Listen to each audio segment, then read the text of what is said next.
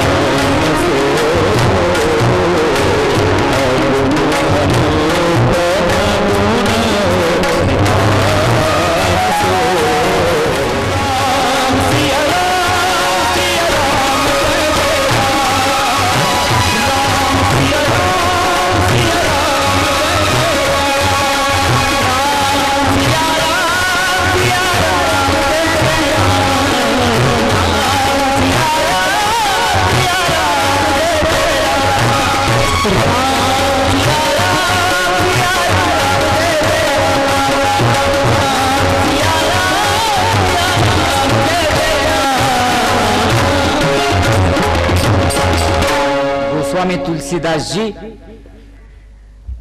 नामवंदना करतात, नामाला वंदन करतात. रामाला तर वंदन आहेच, पण नामालाही वंदन करतात. रामाला जे वंदन आहे त्याच्यापेक्षा अधिक भावानं नामाला वंदन करतात. कारण गोस्वामीजी आम्हाला सांगतात, बाबांनो तुम्हा सगळ्यांना माहित आहे रे, आद्य कवी वाल्मिकीजी त्यांना राम हा शब्द उच्चारता सुद्धा येत नव्हता, उलटा उच्चारत होते, मरा मरा असं म्हणत होते. कारण अर्ध आयुष्य त्यापूर्वीच मरा आणि मारा ह्याच्यात गेलेलं होतं. बाबांनो हा महामंत्र आहे रे. नारदजी तिथं गेले, एक अनुग्रह मिळाला संताचा, आणि त्या अनुग्रहानं सांगितलं, तुला जमत नाही ना, मरा म्हण. राम तोंडाला येत नाही ना, मरा म्हण. मरा मरा असं उलट जपता जपता राम कधी आलं नाही कळलं. गोस्वामीजी म्हणतात, भाव से कुभाव से कसंही असू दे पण घे. तू भावानंच घेतलं पाहिजे असं सुद्धा नाही. तुझ्या मनात भाव नसला तरी घे, कधीतरी तो भाव जन्मेल. राम नाम महामंत्र आहे.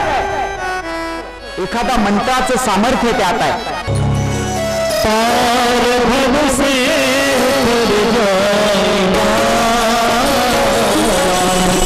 से तर जाएगा, पार भव से तर जाएगा,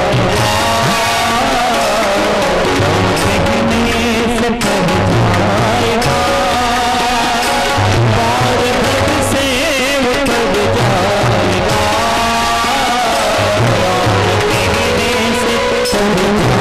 जाएगा,